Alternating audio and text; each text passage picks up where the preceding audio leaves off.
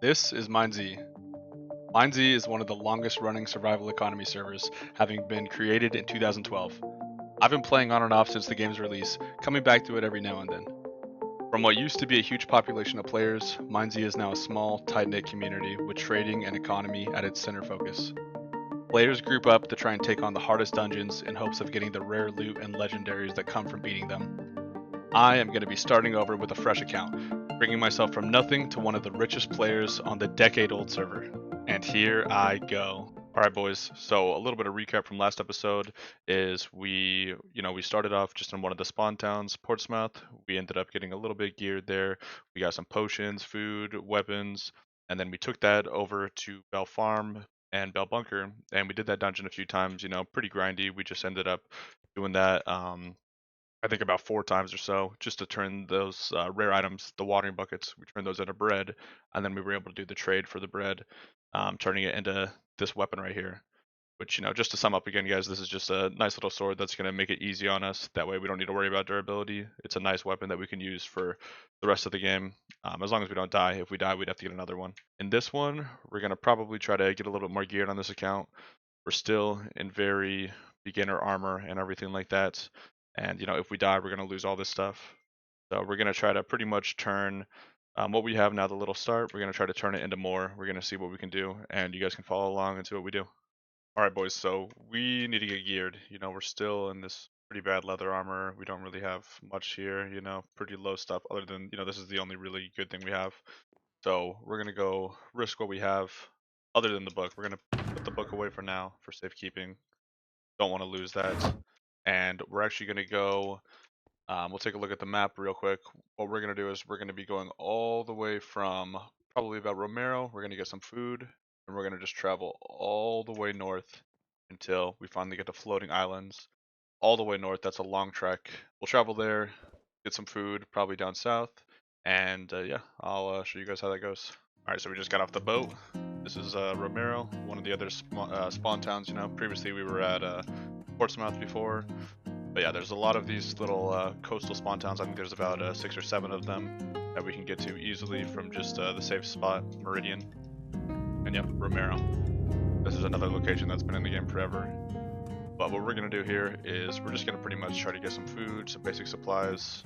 Food is the most important thing. That way we can go north. We have some potions over here. Let's see if we got any good ones.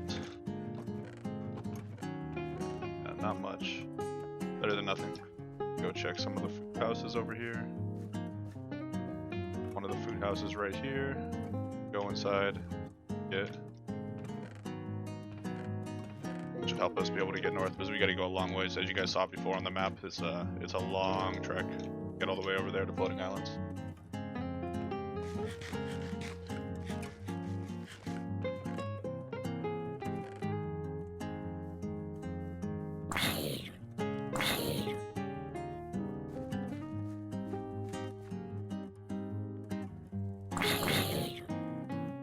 Alright guys, so this is probably enough food. We got a lot of stuff here. It's a lot of pretty low saturation food. That's why before last episode when we traded all that bread, that's high saturation food. That's valuable. This is all low saturation. Not really that good, doesn't last us long, but we have a lot of it. So hopefully it's enough. And now we're just gonna we're gonna start running all the way up north. And yeah, it's gonna be a while. Just a second for you guys, but you'll see. It's a long trek all the way up there. So be back in a minute.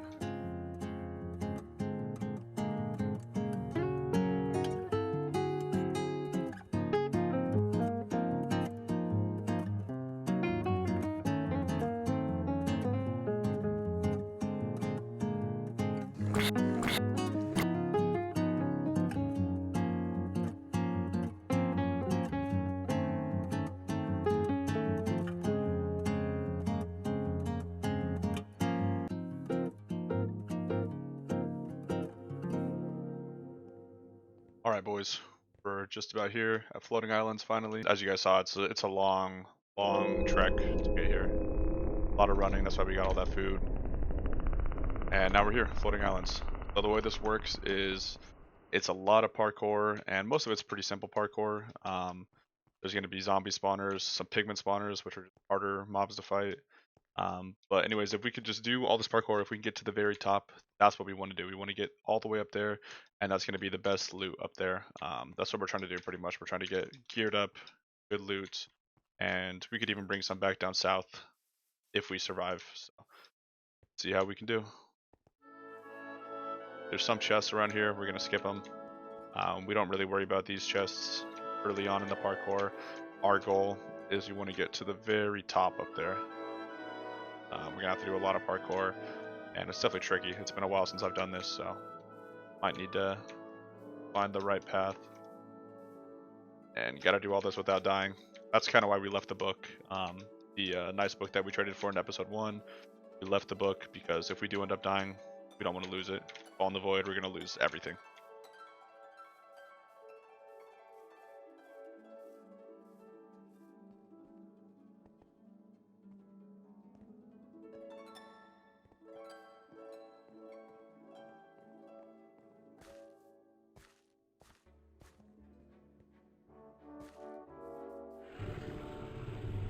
And up there, you guys can hear it.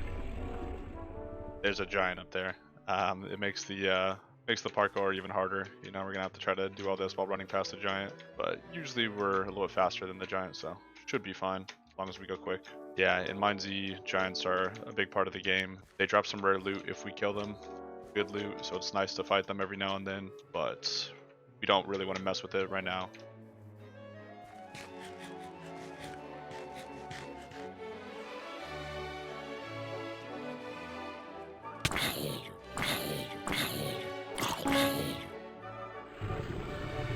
Alright, the giant's right here. We need to try to run past it. We need to try to bait it a little bit if we can. Bait it in and maybe run past it if it's possible. Oh, it might be hard. I think we got it. Kinda juke it out. And eventually it'll teleport back here, so we have to hope that doesn't happen. We gotta go quick. Oh shoot, back. Keep running. Alright, we're good. Got past it. And I'm not sure exactly where to go. Kinda looking around. Right over here, I think.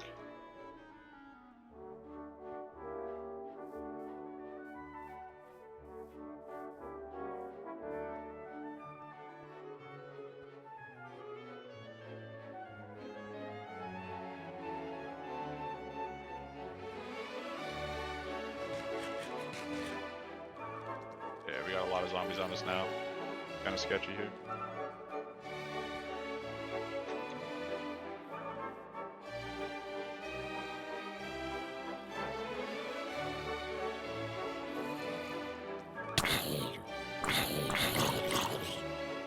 Trying to see if we can make this jump. I think we're good. We should be good. Yeah. Alright, and that's it. We got to the top.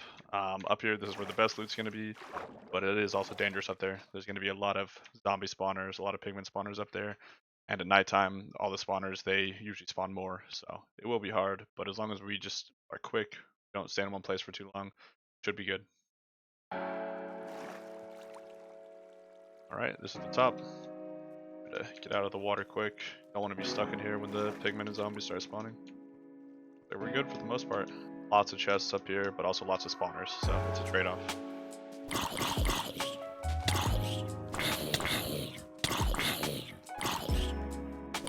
As you guys can see, these zombies do a lot more damage the further north you get on the map. Zombies are going to be hitting a lot harder. And whatever loot we can. And then come over here. And right here, this is sort of a safe spot up here. So it looks like we already got a little bit of loot. Already got some iron. Iron is what you want in MineZ. There's no diamond armor, no netherite armor. Iron is the best. So this is good for us. And yeah, there's just some more loot around here. It's pretty simple. Pretty much what we're going to do is we're going to be going back and forth, doing looting runs just over and over again. Coming back here, waiting for the chest to respawn. And I'll probably end up doing this for around an hour or so just to get a lot of loot. Yeah, I'll show you guys one loot run here in just a minute. Alright, so we can come down here first. These are some special chests. Here's zombies. Shoot, we gotta be careful. Next to the void and everything. It's really easy to get knocked in. We have 4 chests around here. The swords are good, but again, you know, that's why we have that book back in our bank. So mainly looking for yeah, this is pretty good. Feather falling. This right here, floating islands, this is the only spot in the game where we can get feather falling. So this is why a lot of people will come here for the feather fallings. Some more feather fallings here, some iron repairs on the chain until we get iron. More swords. Back up.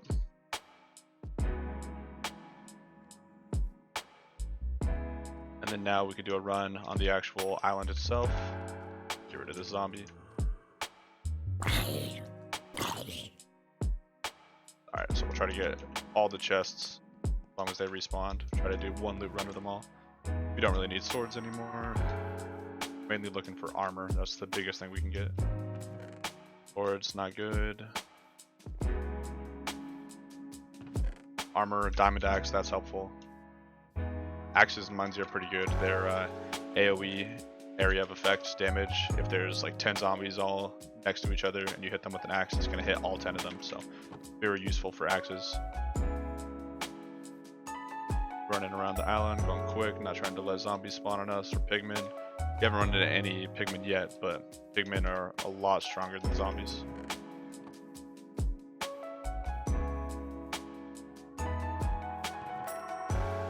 And that's pretty much it. There might be a couple other chests that are kind of hidden away, but these are the easy chests that I like to get. Now we'll just run back the way we came, get back to the beginning little circle, and we just kind of sit there and we wait for all these chests to respawn. Yeah, see, chests did not respawn. Chests are all going to respawn in the same spot, but they're all going to be on a timer. You have to wait for them. So we'll come back here. And yeah, we just kind of sit here, wait for all the chests to respawn, and we just do what I just did, you know, just back and forth, more and more looting, you know, just in a circle over and over again until we're all kitted. So I won't make you guys, you know, you guys don't need to watch all that, but I'll show you guys when we come back and we'll see what we got. Alright boys, so I finished looting here for a while. As you can see, I got about 3 sets of iron, a little bit of backup, some feather fallings, which will be useful, almost a full diamond axe, but the problem is we're running out of food soon. So we're going to leave here. Leaving is going to be kind of, we just have to go the way we came. So it is a risk, you know. I sat here and looted for maybe an hour or so, maybe an hour worth of looting. But if I end up falling in the void or getting killed or anything, I mean, I'm going to lose everything. So yeah, let's see if I can get out of here successfully.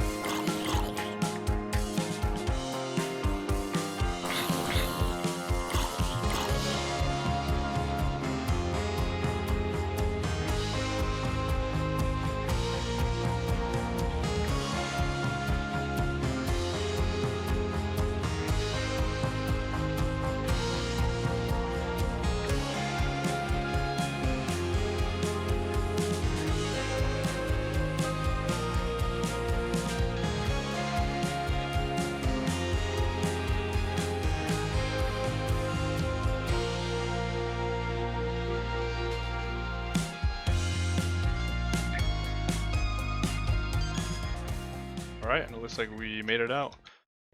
Yep, that's pretty much the entrance, you know, where we first came in. We actually got out with all of our stuff, pretty much out of the void area now. I think we're done. Yep, no more void jumps, so we're out. You know, now we did that whole long trek all the way down south. We came all the way up here. We're gonna have to do the same thing. So, it's going to be another long trip, but you guys don't need to watch it. You guys can see me whenever I'm back. All right, boys, we just about made it back right now. It's a lot of running back and forth. That's when you're a new player, that's a lot of what you're going to have to do, to get started. I mean, we've only done it, once or twice so far, but yeah, it's a big, big map, and there's no easy way, to teleport around until a little bit later. Back. And we made it back with a little bit of extra loot, so we can go ahead and store this. Starting to get, a little bit of a bank going, which is good. But yeah, as a new player, not a lot you can really do, and in terms of the map. But that's probably what we're gonna take on the next episode. Would be getting some fast travel done. So yeah, that's probably gonna be it for this episode.